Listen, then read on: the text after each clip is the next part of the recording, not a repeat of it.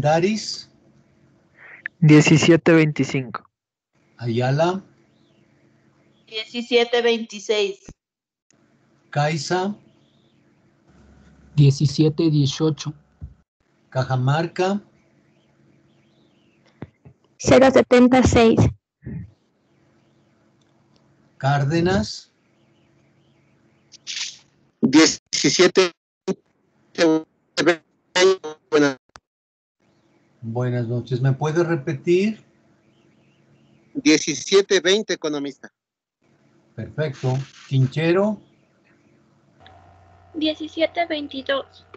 Chuquirima, 17:25. Cisneros, 17:22, buenas noches. buenas noches. Domínguez,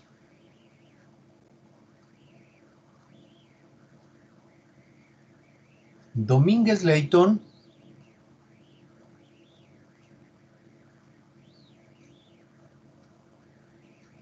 'Echeverría,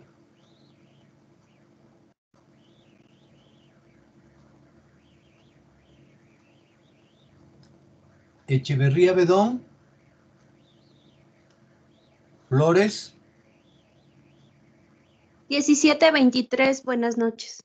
buenas noches. Guañuna, 17:24. Acome, 26. Yumiquinga, 17:51. Pérez, Buenas noches, 17:23. buenas noches. Pinzón, 17:29, buenas noches. Ovea, 7:24. Julia, 17:26. Buenas noches.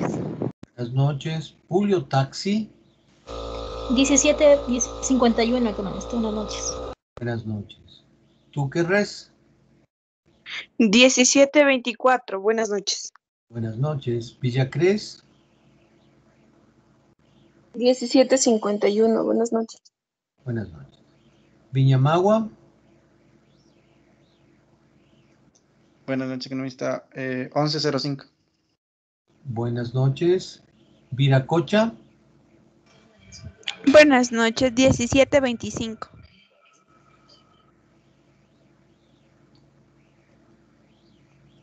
Ingeniería, Castillo, Buenas noches, 17:23. buenas noches. Herrera, Buenas noches, economista. 0707. correcto. Línea, buenas noches. Buenas noches, economista. 17:24. Sempertegui, Buenas noches, economista. 11:05. gracias. Profe, buenas La noches. llamada Domínguez Leighton, Presente, profe. cédula, Yes. las primeras 4 cifras. 17:50. Echeverría Bedón, Presente, profe. 17:27. perfecto.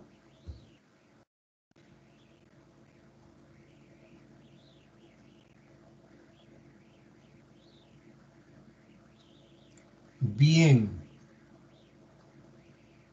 La señorita representante del curso, por favor.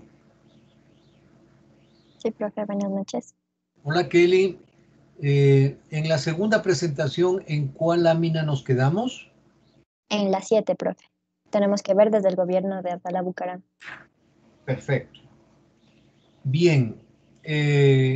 Acaban de pasar el noticiero de las 7 de la noche de Coavisa y pasan la noticia de que el día lunes, es decir, de ayer, fue ya encarcelado, tomado preso, el gerente de riesgos del ISPOL, del documento que habíamos leído con mucho detenimiento en esta aula.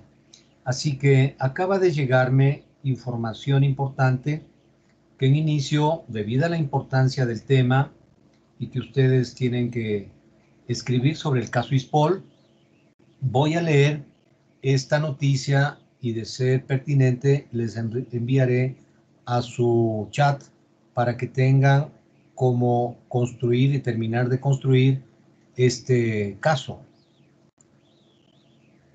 ¿Alguna pregunta?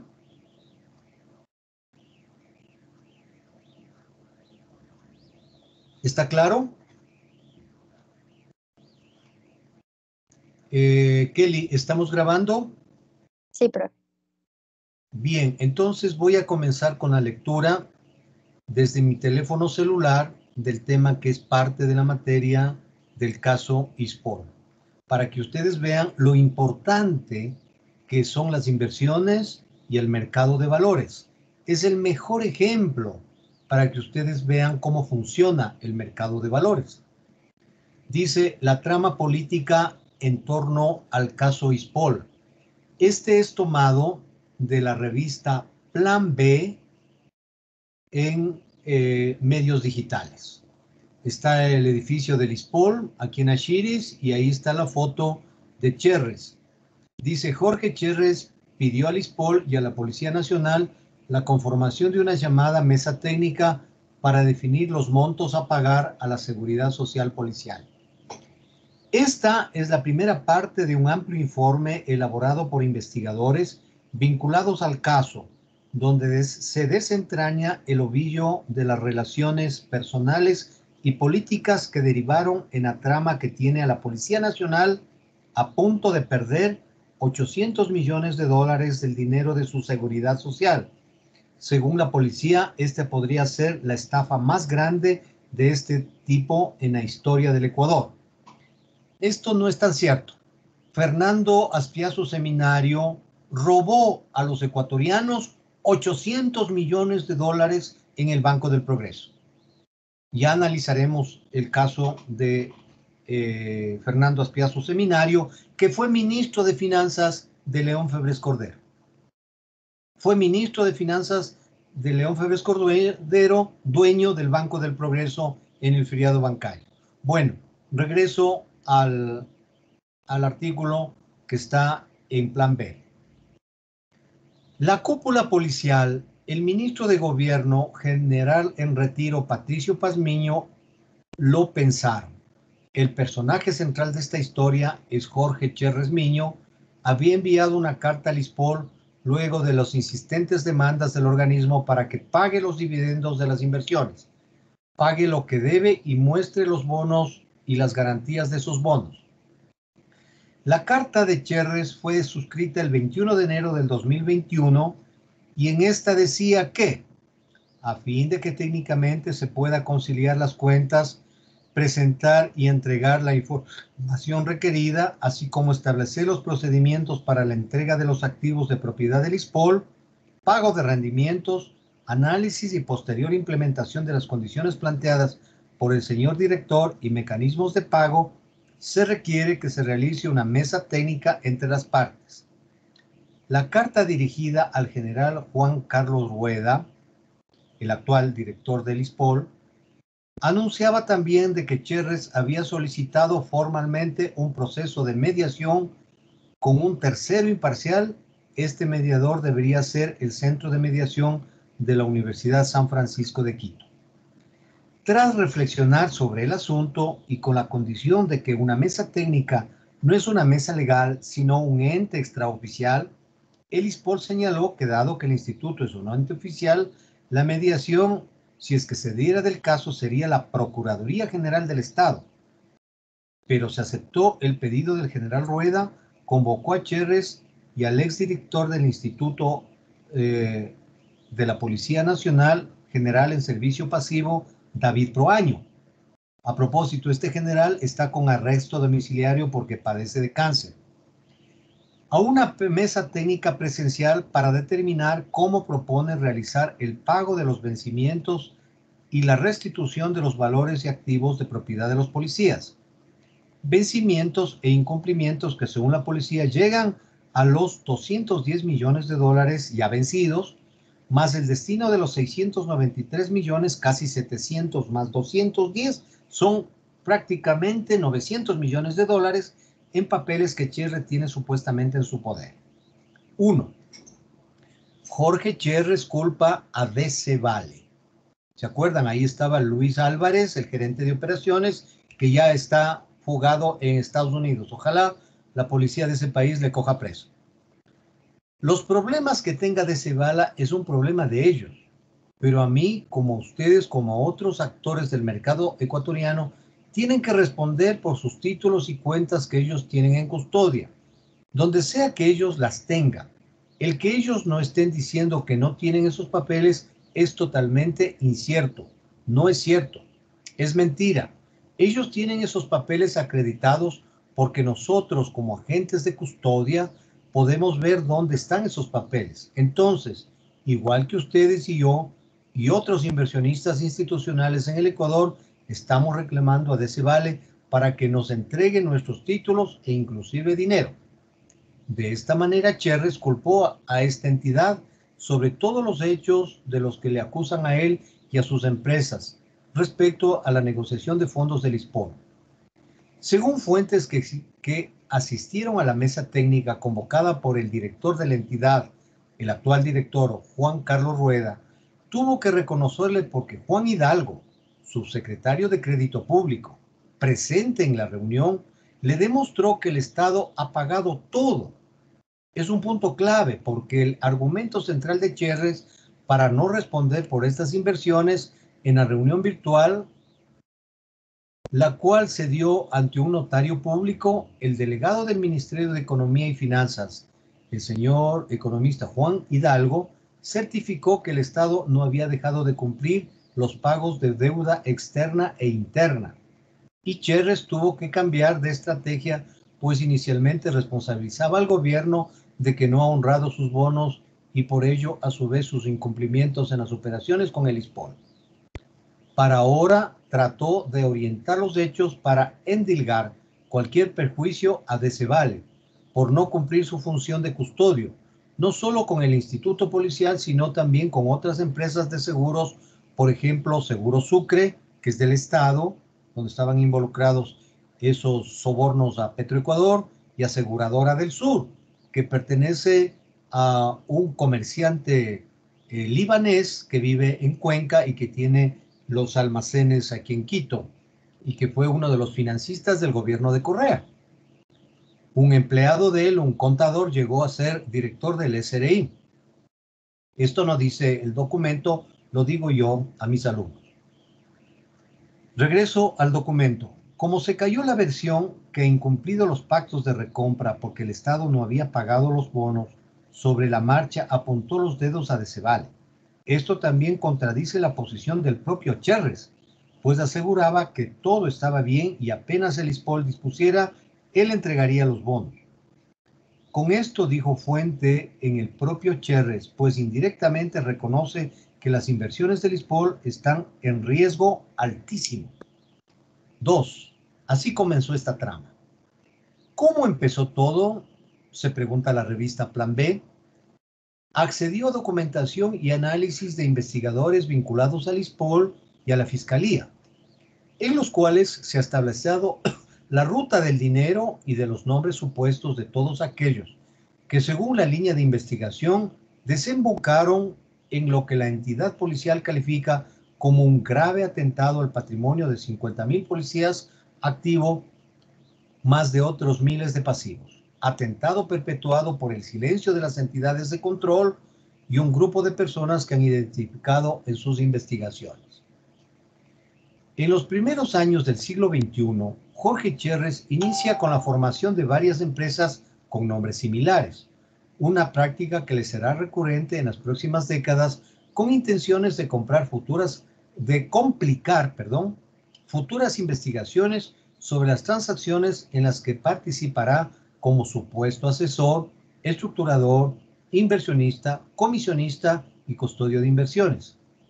De esta manera establece que International Business IB Corp S.A., direccionada supuestamente en el barrio de La Mariscal aquí en Quito, un sector comercial de la capital ecuatoriana en la cual hasta la actualidad es su gerente general y accionista mayoritario del 99,99%. Esto ha tomado plan B del documento que yo les entregué. Pero en el 2019 registró una pérdida de aproximadamente $50,000, por lo que su patrimonio es negativo y reporta muy pocos pagos de impuestos durante su existencia. Así también constituyó Ibecor Investment S.A., que no es una empresa ecuatoriana y se presume que tenga domicilio en Panamá. Recordarán, jóvenes, esto es tomado de mi documento. En el año 2003 suscribe algunos contratos de asesoramiento con el Servicio de Cesantía de la Policía Nacional, principalmente para la adquisición de acciones en diversas empresas, operaciones en las cuales recibía las comisiones respectivas y que implicaron la introducción de este personaje al sistema de seguridad social de la institución policial, tomado de mi documento.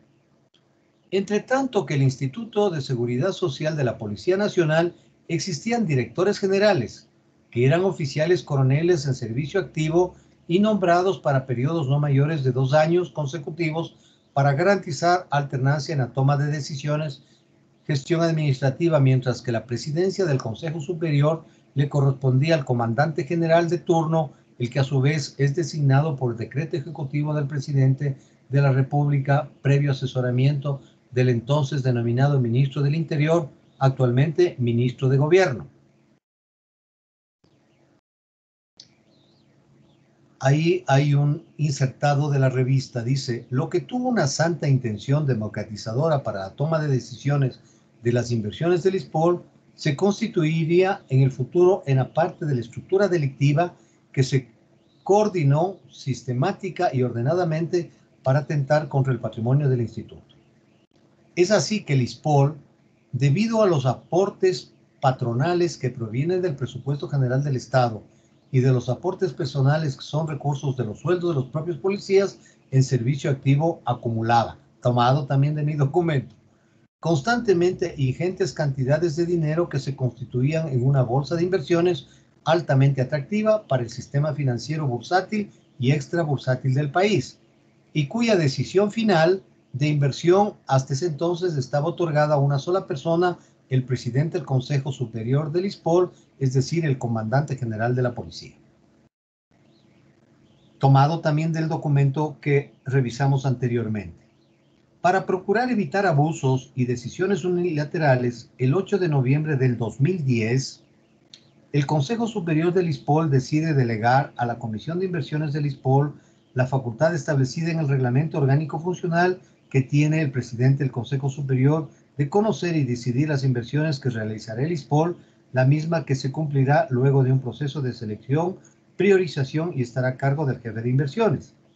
Dicha atribución se cumplirá en aplicación de los principios de seguridad, rendimiento y liquidez, pues ya se verá que posteriormente se alteraron el orden de estos principios por las intenciones que hoy ya se conocen. Esto también, como ustedes recuerdan, copiado de lo que yo entregué ese documento.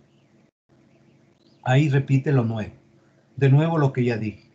Lo que tuvo una sana intención democratizadora del sistema de decisiones de las inversiones del ISPOL se constituiría en el futuro parte de la estructura delictiva que se coordinó sistemática y ordenadamente para atentar con el patrimonio del instituto. Desde el 2010 fue designado como presidente de la Comisión de Inversiones el entonces, en ese tiempo, mayor Daniel Proaño Silva, que gozaba de amplio prestigio entre sus superiores, compañeros y subalternos, por haber ostentado la primera antigüedad en su promoción, otros méritos institucionales, segundo craso error institucional, el confiarse en la trayectoria de las personas de no haber estipulado los controles internos que tan delicadas funciones ameritan. Dejo de leer el documento de Plan B para comentarles lo que acaba de decir el noticiero de Ecoavisa. Se supone que Cherres entregó a varios funcionarios del ISPOL casi 2,5 millones en coimas. De esas coimas, 1.400.000 fue al gerente de riesgos, a John Robert Luzuriaga Aguinaga. Ahí en el ISPOL, como también en la Politécnica Nacional, donde él era profesor, compañero mío, como tenía 2 nombres en inglés, los profesores le pusieron de apodo My Friend. Todos les decían My Friend. porque él se llamaba John Robert. Le ha dado 1.400.000 y hay documentos en donde le agradece a Cherres ese dinero. Regreso al documento del ISPOL. Por otra parte, debido a una desaveniencia entre los entonces comandante general de la Policía Nacional, general Marcelo Suárez Salgado, y el director del ISPOL, coronel Mario Salazar, es designado en su reemplazo en septiembre de 2013 como nuevo director general del ISPOL, el coronel Enrique Espinosa de los Monteros. Él está ya preso, ¿no?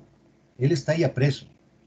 Bajo la premisa que su cercanía y confianza extrema con la presidenta de la Asamblea Nacional, Gabriela Rivadeneira, sería redituada en beneficio de la seguridad social policial. Tercer y quizás el más grave errores cometidos por la administración policial. Voy a tratar de pasar esto que yo ya les leí para no repetir.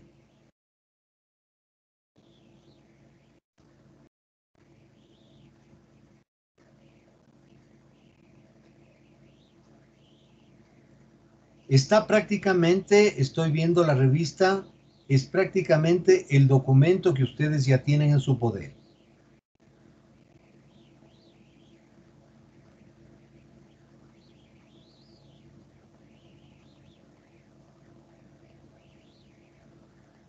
Es lo mismo, es el mismo documento que yo les entregué y les mandé por correo sobre el tema del ISPOL.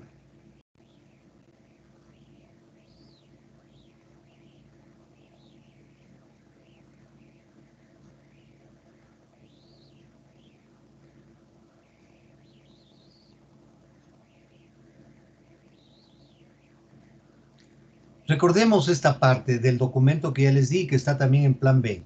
Al interior del ISPOL, mientras tanto, ya operaban como una verdadera orquesta sincronizada. Santiago Duarte, también tomado preso, el día lunes. Asesor jurídico, John Luzuriaga, director de riesgos, tomado preso este rato en Miami, en Estados Unidos, acusado por lavado de activos. Se supone que va a firmar un convenio con la Fiscalía para indicar cómo se entregaron dinero a los altos mandos de ese instituto. Seguramente este joven, John Luzuriaga, muy joven para mí, ex compañero de la Politécnica, seguramente depositó en los Estados Unidos ese dinero. Entonces, seguramente fue a recaudar eso y le cogieron preso. Pero supuestamente, recuerden mi palabra, supuestamente, de los 2,5 millones que Cherres entregó a los directivos del ISPOL, 1.400.000 y casi 1.500.000 le dio a John Luzuriaga.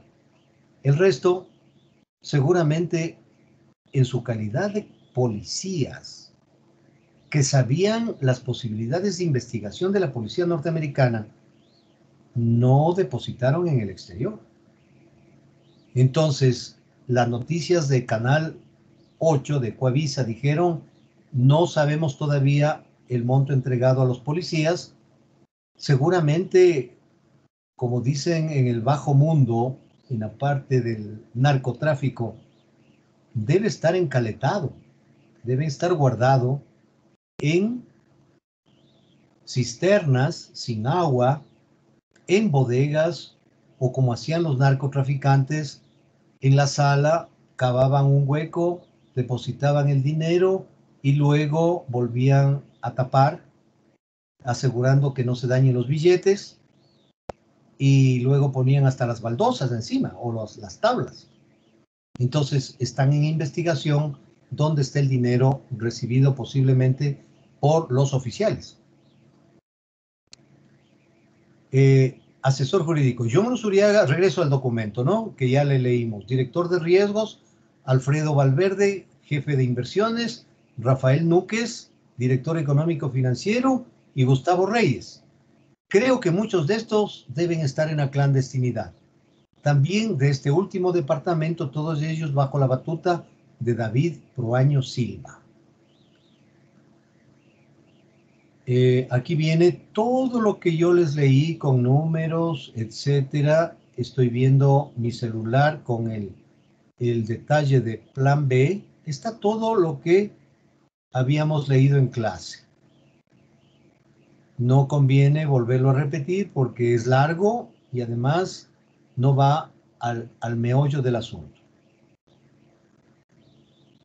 Aquí está lo de Citadel, de Nats Kunko. Está todo el documento que ha copiado Plan B.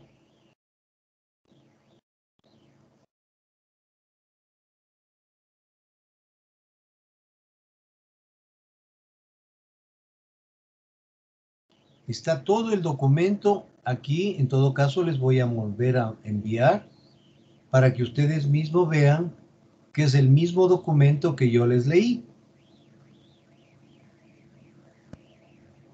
Bien, aquí hay algo nuevo.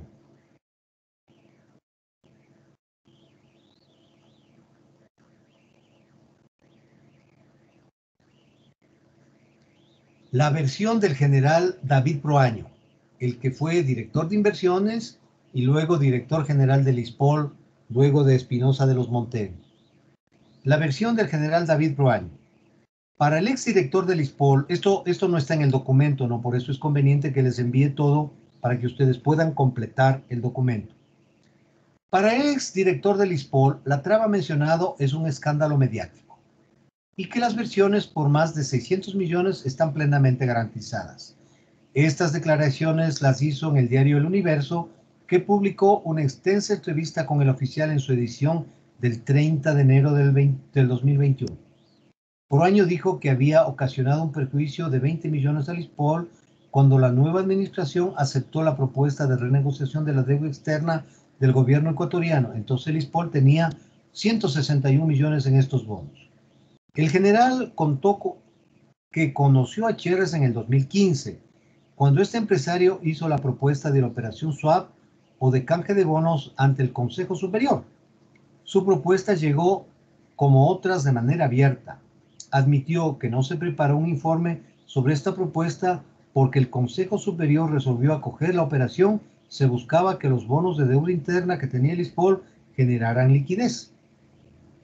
Ante la pregunta si había que se abrió la cuenta de la casa Picabal donde se depositaron los pagos de la operación swap, solo en esta cuenta estaba el nombre de Nats Kunko Citibank y el ISPOL no tenía respaldo para reclamar ese dinero. Proaño respondió que debe haber una subcuenta que está a nombre del ISPOL. No se pregunta a quién se le debe preguntar. Asegura, está ahí la entrevista en El Universo, ¿no? Asegura que existe una subcuenta a nombre del ISPOL. No aseguro eso. Lo que digo es que deberían preguntarle a la persona correcta, a Citibank o al estructurador. Y usted, como representante del ISPOL, ¿cuándo se hizo la operación? No se aseguró de esto antes de invertir 327 millones. Esto está asegurado desde el principio. Usted no se aseguró de conocer la subcuenta a nombre del ISPOL. Él contesta, está a nombre del ISPOL, estoy seguro de que en el tema de operación swap, el beneficiario de los subyacentes es el ISPOL. Hay que preguntarle a Nats Kunko de manera formal. En los pagos de esta operación swap se aceptaron 53 millones de papeles en lugar de un efectivo. No es verdad, contesta. El señor Cherres le dijo que 53 millones en papeles y 28 en efectivo. Claro, pero no es que corresponda al pago.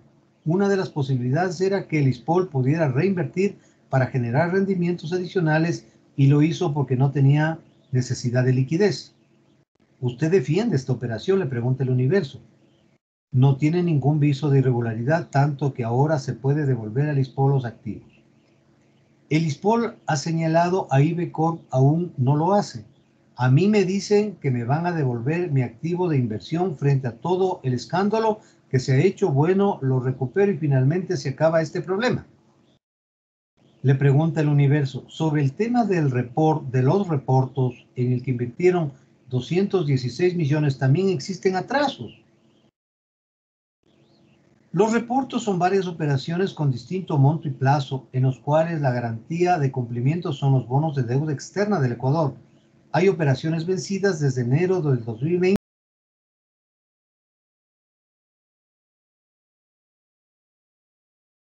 y lo hizo recién en agosto. Esa es la negligencia. Una de estas operaciones fue con Luis Domínguez Viteri a título personal por 2,6 millones. A título personal, de ninguna manera, contesta este general. Val Pacífico lo observó y luego usted informó a Val Pacífico que se la anuló, pero después se la hizo con Rusticusi, cuyo representante es el mismo Domínguez, también gerente de Ventura Casa de Valores. Es falso. Todo termina con la aprobación del Consejo Directivo del ISPOL. Este general, esto ya es de mi cuenta, contesta cosas que no le pregunta el periodista. Regreso a la pregunta del Universo. Él lo admitió en una entrevista y confirmó la nueva operación. ¿Miente el exgerente de Valpacífico, José Ibáñez y Domínguez? No digo que mienta, entiendo que se refiere Domínguez como representante de Rusticusi. Era Luis Domínguez a título personal y usted como representante del ISPOL. Uno se pregunta cómo se hace una operación así porque sí por 2,6 millones de dólares. Y él contesta, sí, yo también me pregunto lo mismo. Por eso le pregunto, dice el periodista del Universo. Tendría que revisar porque no tendría capacidad de hacerlo. El ISPOL invirtió 68 millones en préstamos a través de inversiones fiduciarias. No son préstamos, es otra equivocación.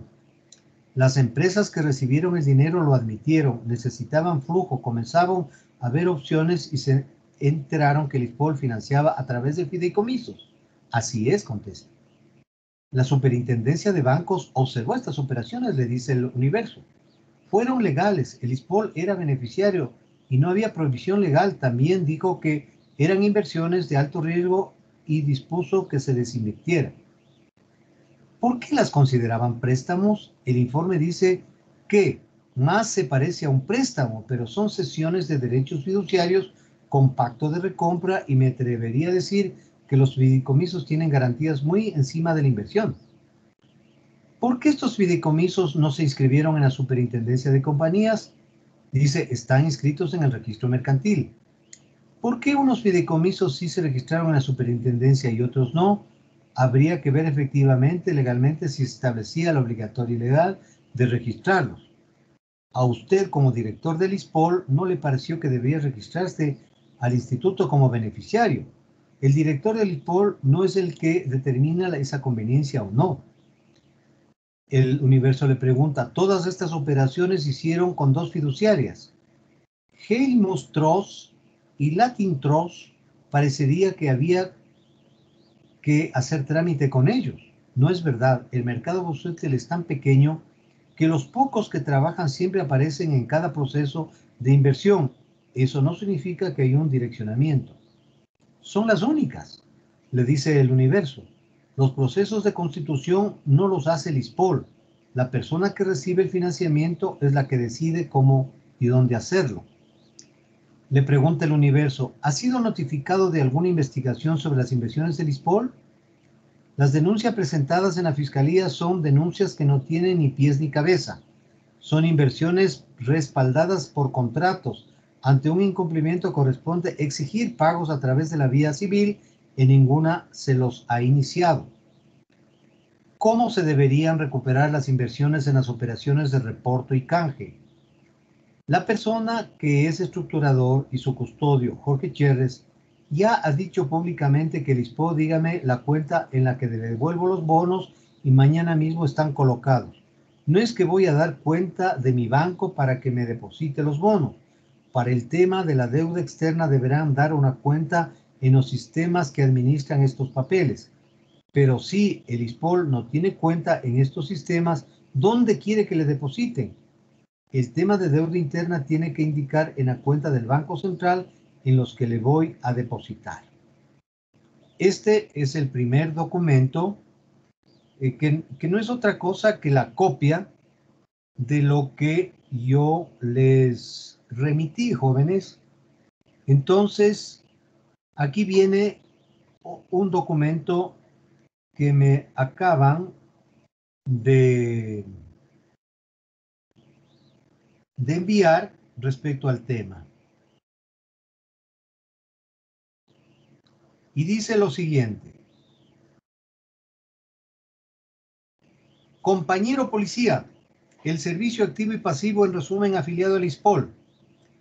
El sujeto de la fotografía adjunta es Rafael Orlando Núquez Ochoa, con cédula de identidad número tal, exdirector económico financiero del ISPOL, cargo que ejerció por varios años y ahora es uno de los potenciales responsables que junto a los detenidos de la semana pasada participaron en las operaciones que tienen en grave riesgo casi 900 millones de dólares de nuestro instituto, con la concerniente potencial repercusión en nuestras pensiones jubilares y de vejez.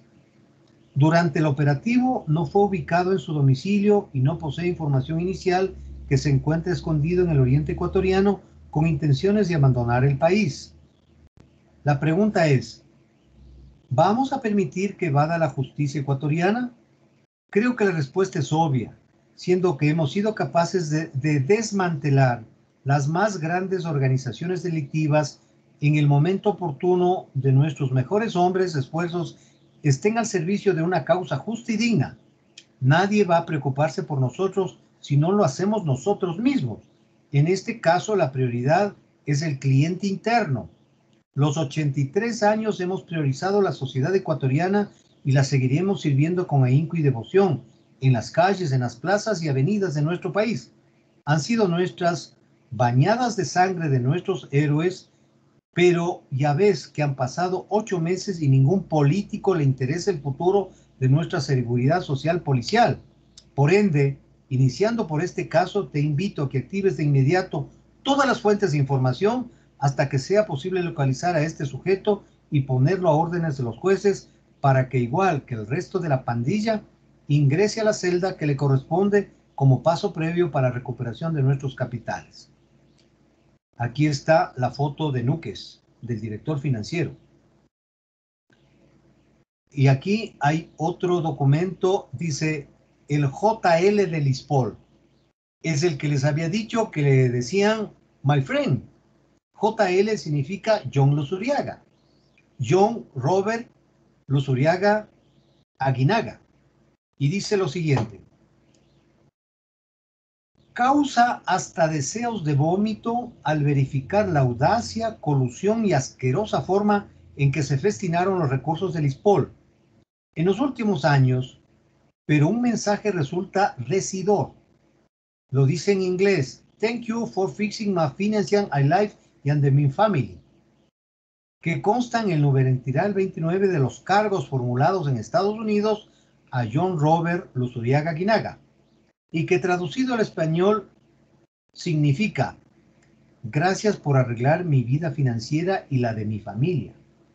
Así es como este delincuente agradecía a la empresa panameña Investing Advisor y de seguro se establecerá que pertenece a Jorge Cherres y otros de sus compinches por el pago de sobornos que recibió producto de las tantas veces defendida Operación Swap por parte del mago y hasta del traidor David Proaño Silva. Es tan contundente el informe de la justicia norteamericana que basta revisar algunos detalles para comprender la razón por la cual el detenido haya ofrecido total colaboración para desnudar la estructura de corrupción y coimas internacionales que operó en el Instituto Policial. Aquí algunas. Fiel a su conocida estrategia, formaron empresas con denominaciones similares. Por ejemplo, US, United States Investing Fund Companies, que es un grupo de empresas como ellas Investing Advisor, pero también Investing Advisor Panamá Company, Investing Advisor Panamá Compañía 2, que se lucraron con las inversiones del ISPOL, que dicho sea de paso no tiene firmado ningún contrato con las mismas, sino que fueron utilizadas para distribuir los sobornos luego de las operaciones que tienen registros. En el numeral 15 se puede apreciar que Luzuriaga recibió sobornos por un total de 1.397.000. Hoy Ecoavisa decía 1.450.000. Un poquito más. Y en el numeral 16 se menciona que lo hizo junto a otros en violación a las leyes de lavado de dinero de los Estados Unidos. El numeral 19 especifica que se trata de la operación SWAP y detalla, por ejemplo, en el 2017. Invested Advisor Panamá, compañía 1, recibió 4.5 millones en pagos del Estado ecuatoriano, pero el ISPOL solamente recibió 20 millones. Y en el 2016 al 2019, la empresa recibió pagos por los bonos de deuda interna que eran de propiedad del ISPOL por 65 millones. Pero John Luzuriaga Guinaga no es el único beneficiario en el numeral 24 que menciona que se estableció el pago a oficiales. Entre paréntesis dice, entienda que es la planta directiva de ese momento que por motivos del éxito de investigación no se detalla, que seguramente estos policías no depositaron en Estados Unidos o en un banco aquí, lo tienen guardado en algún lado. Del ISPOL por un monto de 2.6 millones, incluido 1.3 que recibió el ahora detenido John Robert Luzuriaga Guinaga. Luego existen una serie de precisiones sobre las transferencias, pagos de tarjetas de crédito y cheques recibidos por Luzuriaga por $80,000. 23 de febrero del 2016. $10,000 el 12 de diciembre del 2017.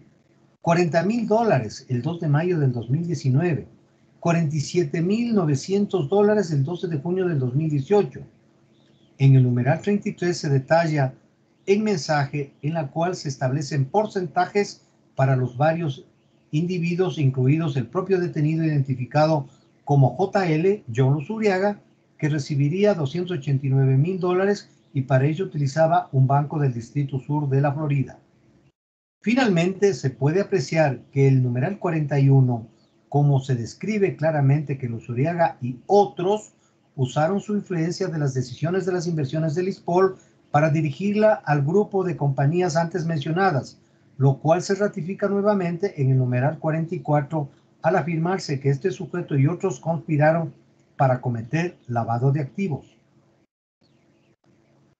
Entre comillas y negrilla dice, gracias por arreglar mi vida financiera y de mi familia, decía John Luzuriaga del ISPOL, mientras que la vida de 80,000 familias policiales se iba por un tubo.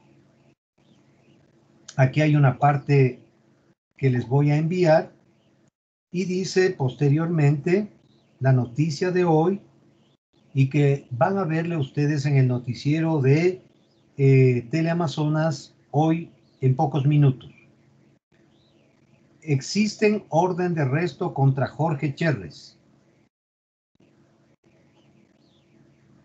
Y dice el documento de la siguiente manera.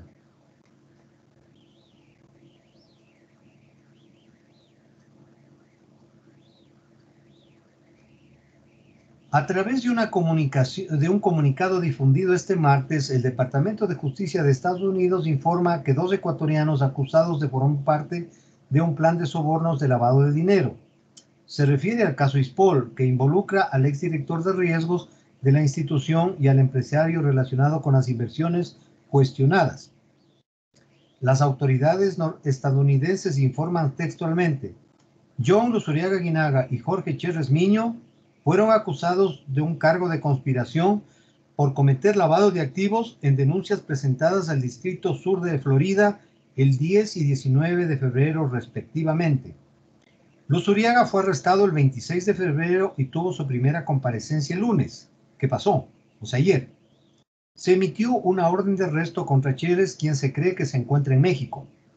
Según el comunicado, las denuncias dan cuenta que entre el 2014 y 2020, Cherres pagó más de $2.6 millones en sobornos a funcionarios del ISPOL, entre los cuales están al menos 1.3 millones destinados a Luzuriaga.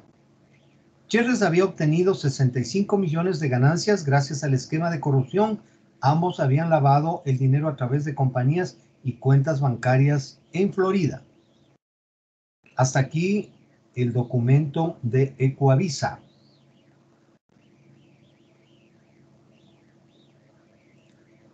Y finalmente hay un PDF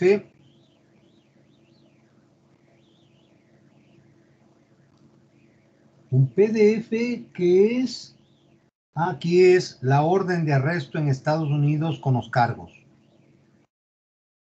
Aquí están con los cargos y obviamente está todo en inglés. Es el resumen de lo que les acabo de decir, están todos los cargos. Entonces, jóvenes, para completar el caso, yo voy a enviar estos documentos a su chat para ver en el transcurso de estos días cómo se va desarrollando este tema. Quisiera, jóvenes, algunas opiniones de lo que acabamos de leer. De todo este caso que hemos visto, un caso concreto del mercado de valores, que es nuestra materia. A ver, Santiago Liña, el único de los ingenieros que está en esta aula. Ha sido mi alumno varias veces, Santiago. ¿Cuál es su opinión?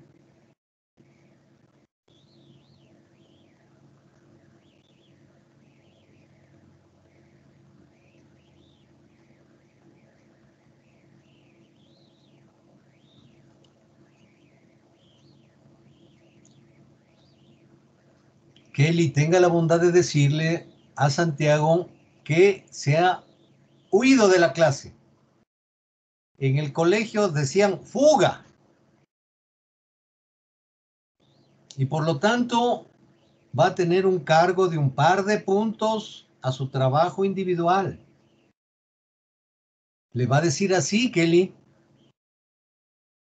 Sí, profe. Bien. ¿Quién quiere opinar algo, por favor?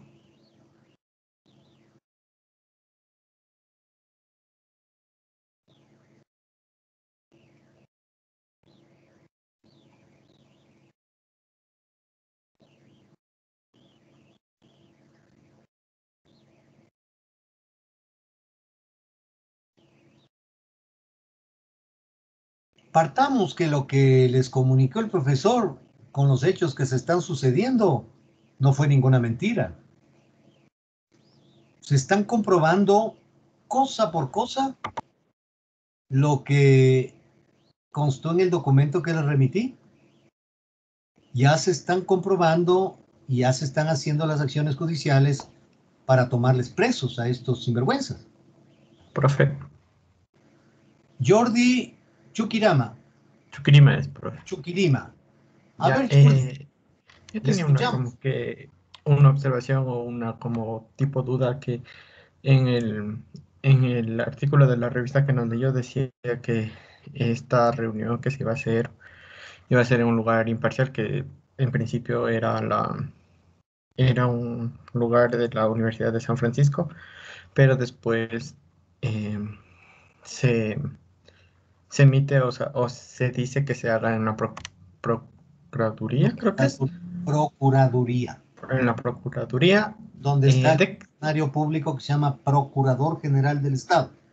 Ya, ¿de qué forma garantizaría que se evidencie la verdad, se podría decir, o lo que está pasando al hacer en un lugar como ese?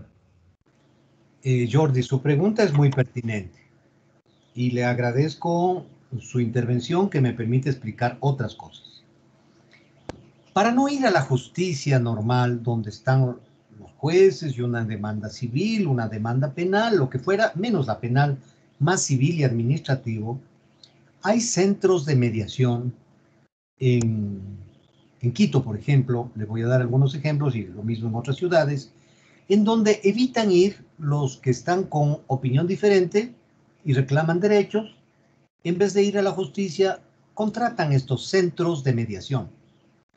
Hay, por ejemplo, el Centro de Mediación de la Cámara de Comercio de Quito. Hay el Centro de Mediación de la Cámara de la Pequeña Industria. Hay el Centro de Mediación de la Cámara Ecuatoriana Norteamericana. Hay este Centro de Mediación de la Universidad San Francisco. Lo propio hay en la Universidad Católica y también en la Universidad Central tenemos un centro de mediación.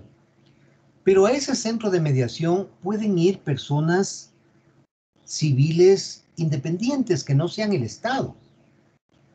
Entonces, por eso es que el nuevo asesor jurídico seguramente del ISPOL, le debe haber dicho a Juan Carlos Rueda, el nuevo director general, nosotros somos una institución estatal. Los fondos del IES, del ISFA y el ISPOL no son dineros del Estado. Y el Estado les debe dinero, como ya lo hemos visto tantas veces. Entonces tenían que ir al centro de mediación de la Procuraduría General del Estado. El procurador del Estado es otra forma de decir el abogado del Estado. Cuando usted va a una institución y dice, ¿dónde es la oficina del procurador abogado? Casi siempre dicen así. Es el jurídico que asesora al representante legal. Es el abogado de una institución, el procurador. Digamos en Universidad Central, el procurador de la Universidad Central es el abogado de la Universidad Central que le asesora, que le represente en los actos jurídicos al señor rector de la Universidad Central. Entonces, creo que era lo justo que la mediación se haga en la Procuraduría, porque el ISPOL es una institución estatal. Los fondos no son estatales. ¿Está claro mi respuesta, Jordi?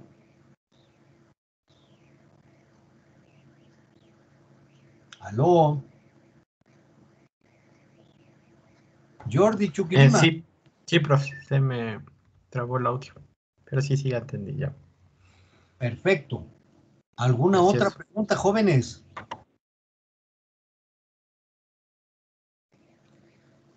Pasemos a otro tema.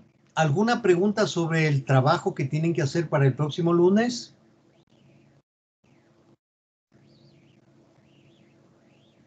Kelly, ¿algún compañero le ha llamado a usted para pedir explicaciones sobre el trabajo? No, profe. Solo algunas personas me han escrito para decir que si no tienen grupo y que les puedo ayudar en eso, así que por favor hoy me envíen sus grupos y poder ahí integrarles a los demás que faltan. Por favor. Perfecto, perfecto, Kelly. Agradezco toda su colaboración. Dígame una cosa, ¿de qué número de personas estamos hablando? 28, profe. 28. ¿Y los grupos de cuánto eran? Dijo de mínimo 5 y máximo 6. Ya, perfecto. Queda a su asesoramiento la conformación y el registro de los grupos.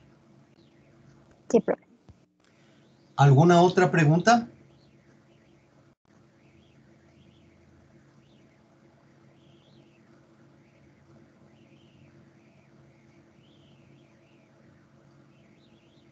¿Algún comentario?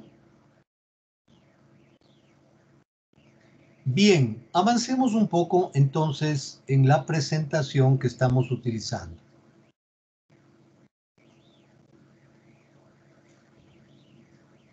Ya les comparto el documento.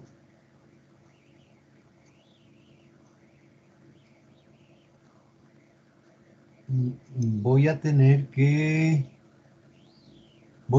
salir un momentito, por favor.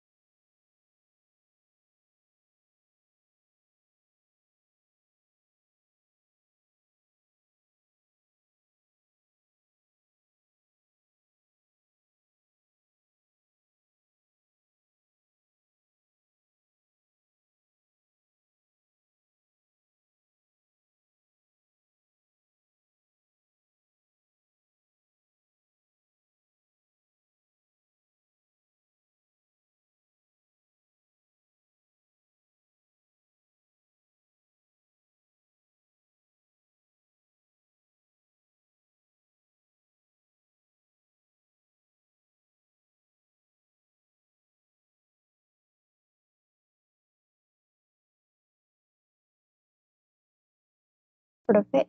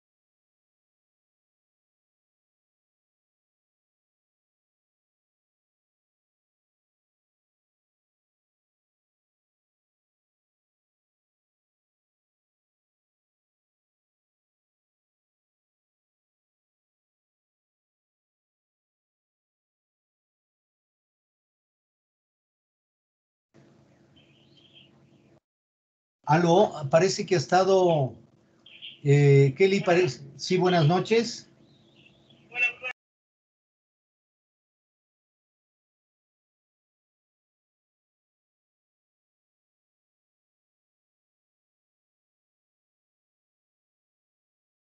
Disculpen, jóvenes, parece que ha estado apagado el micrófono y no me han avisado. Yo seguí hablando como loco.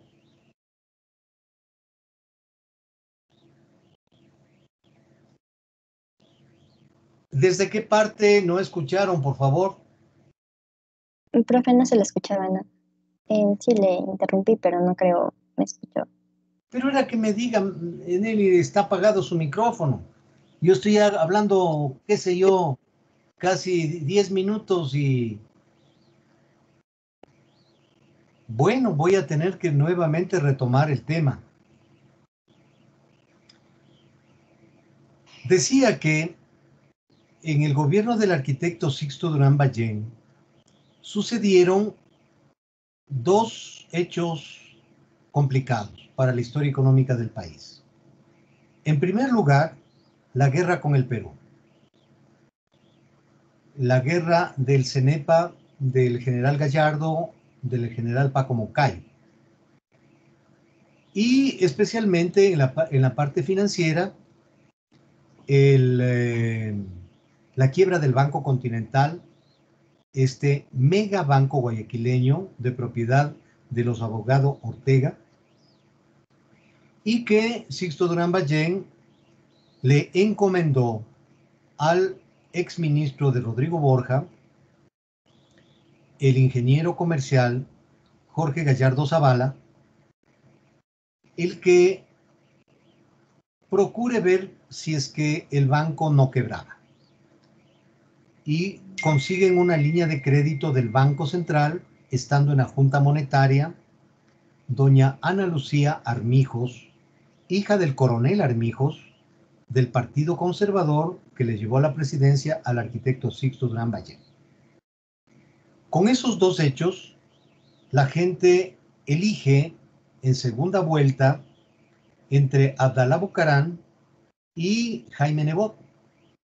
Gana Abdalá Bucarán y comienza su administración en la parte monetaria con el asesoramiento de la Fundación Mediterráneo, que pertenecía el exministro de Finanzas de su paisano, libanés también, Carlos Menem, y que generaría la idea de hacer la convertibilidad monetaria en el Ecuador a 3.000 sucres por dólar, porque Sixto Durán Ballén le deja a un poco más de 3.000 sucres por dólar. Y por lo tanto, creía que era igual que lo que iba a hacer en la Argentina, crear el austral. Era un austral, un dólar, aquí era un dólar, 3.000 sucres. Pero sus errores políticos cometidos prácticamente les llevó a su destitución en un poco más de año y medio. En ese año y medio cometió muchos errores, como la elevación del cilindro de gas, una revisión al costo de los pasajes en los carros, pero especialmente muchas denuncias de mucha corrupción. que creían este tipo de gobiernos populistas, como el de la Argentina, de la Kirchner, de Correa aquí en el Ecuador, gente que se afinca en los pobres y que dice que va a luchar por los pobres y que no lo hacen porque necesitan de los pobres para ser reelegidos. Los pobres creen aquí que le van a regalar $1,000 y eso no les arregla la vida. Aquí lo que hay que generar es empleo para que la gente tenga dónde trabajar y pueda tener un salario por el resto de su vida y pueda ahorrar. Pero así son los populistas, los demagogos, y eso es lo que hizo Bucaram con la fuerza del cambio, con su eslogan que era un solo toque, porque su hijo, que ahora también está fugado, igual que él, Dalito Bucaram, jugaba en el Barcelona de Guayaquil y quería que el entrenador colombiano en ese tiempo de Medellín, se me ve el nombre, si es que alguna persona me ayuda con el nombre del entrenador, que le mandó a pegar, ¿no? Igual que lo que sucede ahora con los sicarios, le metió un tiro en la pierna y le destrozaron la nariz al Bolillo Gómez, porque no le había citado a Dallo Bucaram a la selección del Ecuador. Así era. Entonces, por esa serie de errores fue defenestrado. Debió heredar el poder doña Rosalía Arteaga, su vicepresidenta, pero los diputados que se convirtieron en psicólogos o psiquiatras en el Congreso decidieron que no estaba mentalmente adecuado para gobernar. Y es por eso que Abdalá Bucaram siempre le reclamará, especialmente a Paco Moncayo Gallegos, general del ejército, que no le diera el respaldo y que permitiera le defenestro. Eso sucedió, salió del Palacio de Gobierno y fue a Guayaquil y luego a Panamá, porque en su gobierno se dieron los casos de la mochila escolar de la exministra Correa, tenía que ser Correa, y que siguieron algunos juicios por peculado que le obligaron a Bucaram a asilarse en Panamá. Entonces no le funcionó el tema de la convertibilidad y la tasa de interés también fue híbrida, es decir, una parte fija y una parte de libre mercado.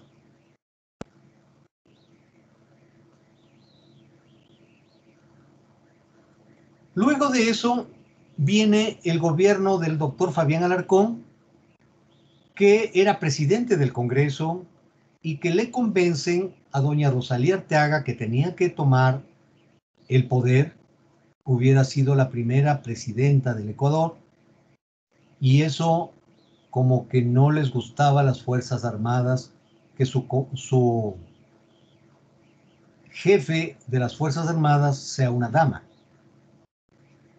Y de esa manera, con un pequeño grupo de diputados, entre ellos un diputado de apellido Clavijo, se produjo ese clavijazo, como lo dijo la prensa, y llegó a ser presidente de la República.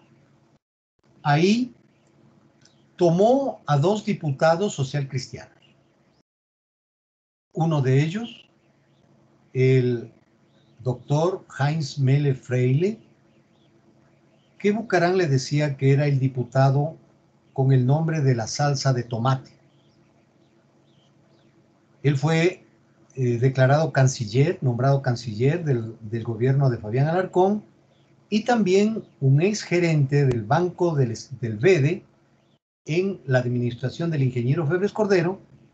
El economista Marco Flores Troncoso fue nombrado ministro de Finanzas.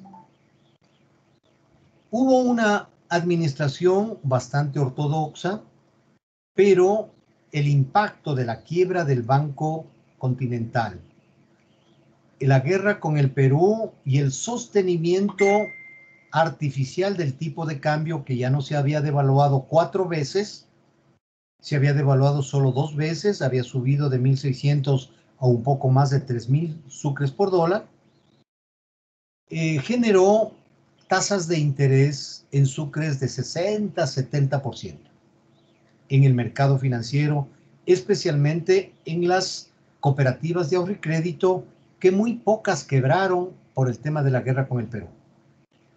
Entonces, ahí se demuestra que la tasa de interés y el tipo de cambio tienen que ir a la par. Si la una es libre, la otra tiene que ser de mercado. Si la una es fija, la otra también tiene que ser fijada por la autoridad monetaria. Entonces, el efecto fue en las tasas de interés, lo que se represó el tipo de cambio. Entonces, al final, el sistema financiero ecuatoriano tenía ya enormes problemas de cartera vencida, de incobrables, producto también de la implicación de la Ley Orgánica de Instituciones del Sistema Financiero, que ya no protegía al depositante, sino protegía al banquero, y el banquero se podía autoprestar, y que luego fue calificado como los créditos vinculados, que hoy el Código Monetario y Financiero tiene varios artículos de la vinculación de créditos, sea por propiedad, es decir, la empresa es accionista del banco o el banco es accionista de la empresa, por gestión, que es algún familiar de algún directivo, del gerente de crédito, del gerente general de un banco, y por presunción, lo dice el Código Monetario y Financiero, esa vinculación que fue el origen de la crisis bancaria de 1988. El tipo de cambio fue libre, claro, un preclaro seguidor de el economista Alberto Dajic Garzosi. Marco Flores Troncoso continuó con ese sistema de tipo de cambio libre, que el mercado sea el que fije la paridad y el Banco Central seguía comprando a un tipo de cambio definido. Las tasas de interés también fueron híbridas. Y llegamos al gobierno de Yamil Maguad, que en esa transición, recordamos un 2 de agosto, que se reunía previamente el Congreso, porque la transmisión del mando se lo hacía el 10 de agosto, no como es ahora, el 24 de mayo, que consta en la nueva Constitución. Entonces, en honor al 2 de agosto, en que murieron muchos próceres, se reunía, yo recuerdo que estábamos viendo en televisión las conversaciones en el Congreso para nombrar el nuevo presidente del Congreso, y especialmente la posesión de Yamil Maguad. Entonces, en Quito se suscitó un tremendo temblor y no pudo permanecer el Congreso reunido. La gente salió muy preocupada y se dirigió a sus hogares porque podía repetirse el temblor. Y tuvo que nuevamente invitarse a los agregados diplomáticos, a los embajadores, posteriormente para la posesión de Yamil Maguad. Yamil Maguad volvió a tomar el equipo económico que trabajó tanto en el gobierno de Osvaldo Hurtado, en el gobierno de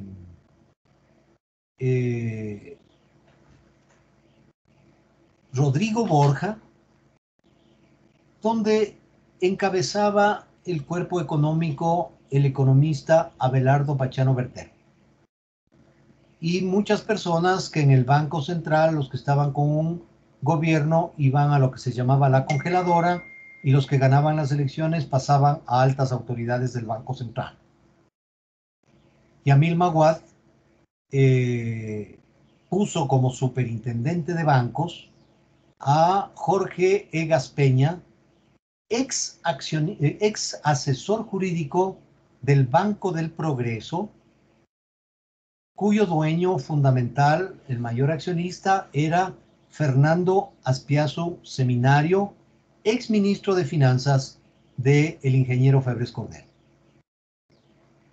Utilizó el tipo de cambio libre y luego el de intervención, porque la crisis bancaria heredado de Fabián Alarcón y que al final de su gestión había creado la garantía de depósitos, que luego fue convertida en la Agencia de Garantía de Depósitos, y especialmente, como habíamos dicho varias veces, fue el que introdujo un importante cambio en la ley del mercado de valores, introduciendo los fideicomisos y titularizaciones en esa ley. Entonces, Yamil Maguad tomó el equipo económico tanto de Hurtado como de Rodrigo Borja e implementó el tipo de cambio libre y de intervención. Cuando se suscita la crisis bancaria, él es el que toma la decisión de dolarizar la economía. Y en cuanto a las tasas de interés, también se utiliza un tipo de tasas de interés híbrida entre fija y libre. Es decir, que el próximo día lunes, que continuará la clase, hablaremos sobre toda la crisis bancaria que se suscitó en el gobierno de Yamil Maguad. Kelly, le pido de favor que para la próxima clase me diga que tenemos que partir de la lámina número 8 con el gobierno de Yamil Maguad. Tenga la bondad de anotar. Yep. Bien, ¿alguna pregunta?